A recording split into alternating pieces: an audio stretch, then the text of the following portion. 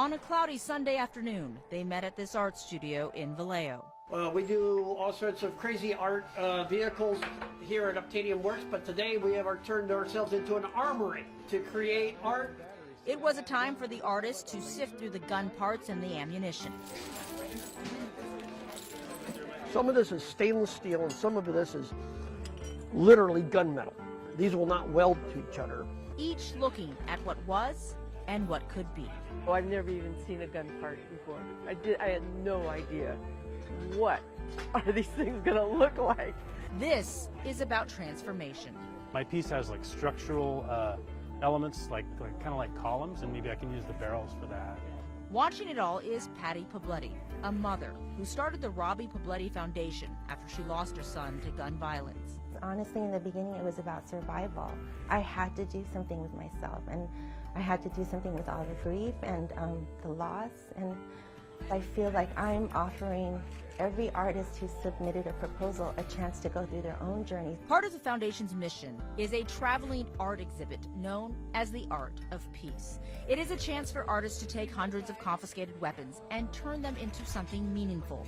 The project received submissions from around the world.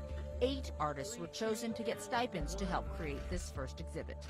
We're transforming something that could potentially take a life and using it to inspire and educate, and that's where artists really shine. Most of these gun parts, all the ones marked with blue tape, came from a gun buyback in Vallejo.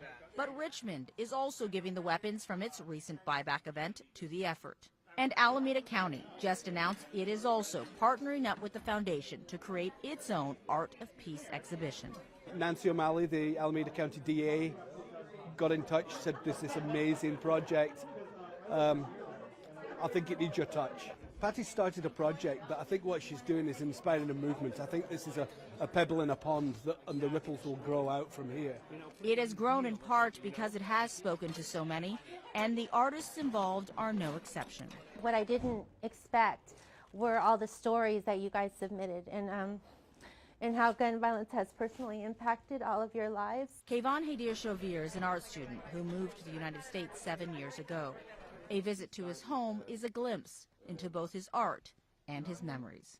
The only noise and picture that I remember from the war was airplane. Chauvir grew up in wartime in Iran. He is no stranger to violence and heard about this project online. First thing that remind me was my friend Arash. His friend was part of the band Yellow Dogs and was one of 3 people shot and killed in Brooklyn back in 2013. Arash was my best friend, and always I wanted to do something for them and as a reminder. And he wants to use what he finds here to create a series of birdhouses similar to the ones he showed us at his home. But I was thinking to add like all the surface with the gun parts all over the birdhouse.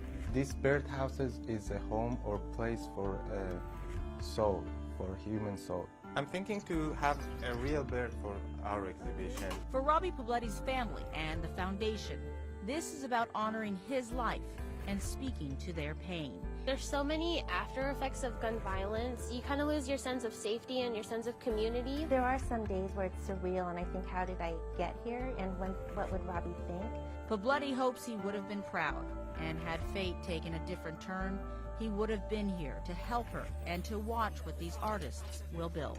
My piece, it's basically a mother reaching and losing the son. And they're engulfed in waves, so it's called waves of violence. What I saw from those submissions is these are all people who think they've been alone, and they've just been looking for a project to express their emotions and their grief and honor their loved ones. Claudine Wong, KTVU, Fox 2 News.